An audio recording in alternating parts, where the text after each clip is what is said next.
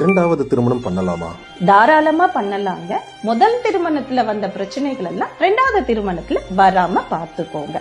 அதே சமயம் முதல் திருமணத்துல பிரச்சனை இருந்துச்சேங்கிறதுக்காக இந்த திருமணத்துல ரொம்ப கான்சியஸா இருக்காதீங்க, அதுவுமே பிரச்சனையா மாறிடும். இந்த மாதிரி பாதிக்கப்பட்டவங்களுக்கு வாழ்க்கை கொடுக்கலாமா? உங்களுக்கு வாழ்க்கை வேணும்னா கல்யாணம் பண்ணுங்க, இல்ல இன்னொருத்தருக்கு வாழ்க்கை கொடுக்கணுங்கிற ஆஸ்பெக்ட்ல கல்யாணம் பண்ணாதீங்க. ஏன் அப்படின்னா எப்பவுமே நாம தான் இவங்களுக்கு வாழ்க்கை கொடுத்தோங்கிற எண்ணம் உங்க மனசுலயும் இருக்கும், உங்களோட பார்ட்னரையும் அது பாதிக்கும். Okay madam.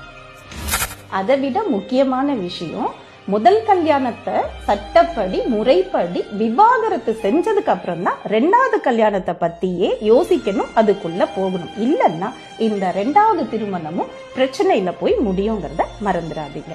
மேலும் இந்த மாதிரியான தகவல் தெரிஞ்சுக்கணும்னா என்னோட வீடியோஸை தொடர்ந்து பாருங்க.